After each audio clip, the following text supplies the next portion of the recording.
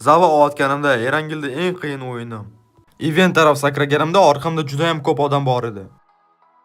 iPadda bir hafta bo'ldi o'ynayotganimda, lekin men bu joyda afsuski nimagadir parashyut ochdim va 1 soat pastga tushdim.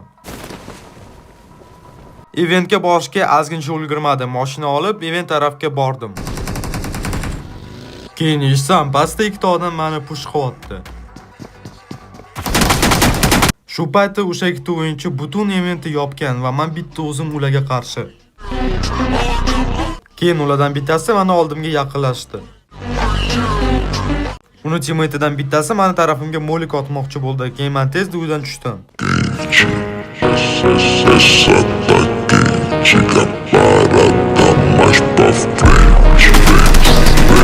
Shu joyda tupik bo'ldi. Meni oldimda va meni orqamda odam bor edi.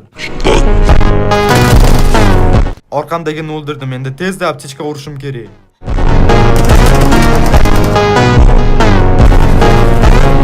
Keyin uni teammati bilan birga bir qoldim.